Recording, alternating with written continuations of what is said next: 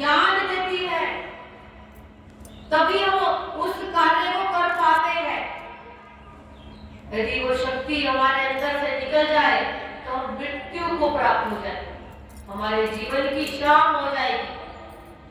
जिस ब्रह्म को हम तीर्थों में, पुस्तकों में, ग्रंथों में ढूंढते हैं, क्या वो हमें केवल और केवल पुस्तकों ग्रंथों को पढ़ने मात्र से, उस ज्ञान को लेने मात्र से प्राप्त होगा? जब तक हम अपना स्वयं का एकांत पर ध्यान नहीं देंगे, अपने आप को स्वयं हम चेक नहीं करेंगे, तब तक हमें हमारे इष्ट की प्राप्ति इस जन्म में तो संभव नहीं है। क्योंकि हम अपने विचारों को नोट करें कि हम कौन सा भोग लगाते हैं विचारों के माध्यम से अपने इष्ट को, अपने प्रभु को, तो हम वैसा ही भोग लगाए जैसा भोग हमारा इष्ट हमसे चाहता है। हम वो कार्य करें जिससे हमारा इष्ट प्रसन्न होता है। अभी हम पूजा अनुष्ठान के माध्यम से वही कार्य करते हैं जो हमें पसंद है, हम वही भोग लगाते हैं जो हमें पसंद है, हम वही श्रृंगार करते हैं जो हमारी आंखों को अच्छा लगता है, ताकि हमारा इष्ट सुंदर दिखे। इसीलिए मां भगवती काली निर्वस्त्र हुई, क्योंकि उनका श्रृंगार वो नहीं है जो हम करना चाहते हैं। इसीलिए मां भगवती निर्वस्त्र हुई, क्योंकि जब हम अपने विग्रह का श्रृंगार करते हैं, उनको हम अपने हाथों से भोग लगाते हैं, तो कहीं ना कहीं सूक्ष्म रूप में वो अहंकार हमारे हृदय में आकर बैठ जाता है कि आज मैंने पूरा दिन अपने प्रभु के साथ बिताया, और फिर जो पुण्य हमें मिला वो शून्य हो जाता है, शून्य।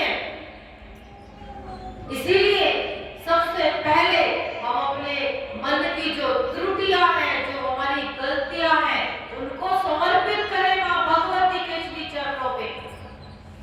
मां भगवती मस्तक काट रही है राक्षसों के, मां काली मुंडों की माला धारण करती है अपने गले में।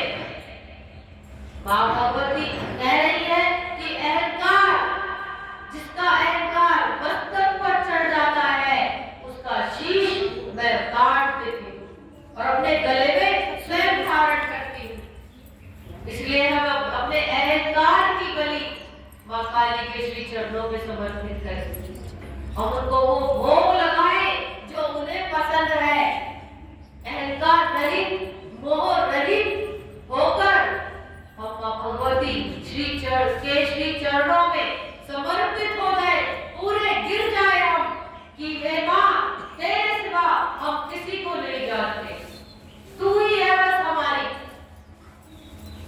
पूर्ण रूप से समर्पित हो जाए हम, अपने अहंकार को हम भगवती और अपने बीच उस भेद के पर्दे को लेकर ना आए हम। वो भेद का पर्दा जब तक हमारे और हमारे इष्ट के बीच रहेगा, तब तक मां भगवती परम्बा हमसे दूर रहेगी, क्योंकि हम उसको बाहरी वस्तुओं में, साधनों में ढूंढ रहे हैं। कि यदि हम बहुत किसी ब्राह्मण घर में जन्म ले लेते और मुझे सारी सुख सुविधाएं प्राप्त हो जाती, तो शायद मैं इस जन्म में घोर तपस्या करके अपने इष्ट को प्राप्त कर ही लेती। लेकिन क्या ऐसा संभव है? श्रेष्ठ कुल में जन्म लेने के उपरांत, कठोर तपस्या करने के उपरांत, हजारों वर्षों तक जाप करने के उपरांत, वो कौन सी त्रुटियां रह गई जिसकी वजह से हमारे पूर्वज अपने इष्ट को प्राप्त नहीं कर पाए? क्योंकि हम अपना एकांत नहीं देख पाए। हमने अपने आप से प्रश्न नहीं पूछा कि हम कौन हैं, कहां से आए हैं और कहां हमें जाना है। जब तक हमें इन 3 सवालों का स्वयं उत्तर नहीं दे पाते, तब तक इष्ट हमसे दूरी बनाए रखेंगे। हमें मालूम होना चाहिए कि हमारा एकांत कैसा है, क्योंकि शास्त्र कहते हैं यदि भक्ति में, साधना में पूर्ण रूप से स्वतंत्रता मिल जाए जीव को, पूर्ण रूप से स्वतंत्रता, ना धन की कमी, ना ज्ञान की कमी, ना साधनों की कमी, बस उपासना करनी है, साधना करनी है, अपने गुरु के श्री वचनों के ऊपर हमें चलना है, तो वो सबसे बड़ी बाधा है। सबसे बड़ी बाधा बताया उसको कि वही है सबसे बड़ी बाधा जिसने हमें हमारे इष्ट से दूर कर रखा है। क्योंकि कहते हैं दुख में जैसी पुकार निकलती है अपने इष्ट के लिए, ऐसी सुख में कभी नहीं निकलती। सुख सुविधाएं मिलने के उपरांत, वो ज्ञान मिलने के उपरांत जीव का मन, मेरा और आपका, ये कहता है अभी तो बहुत समय पड़ा है, कल कर लेंगे, अभी तो बहुत जिंदगी पड़ी है, कल कर लेंगे।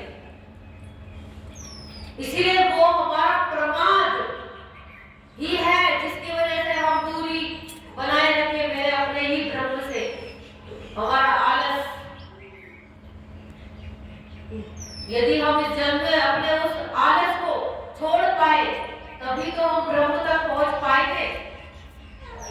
क्योंकि कहते हैं कोरा ज्ञान, केवल और केवल ज्ञान भी गड्ढे में डाल देता है। यदि साधना का ज्ञान हो लेकिन श्रद्धा भक्ति के साथ, तो भी हम गहरी घोर साधना में उतर पाएंगे साधक बनकर, और इसी जल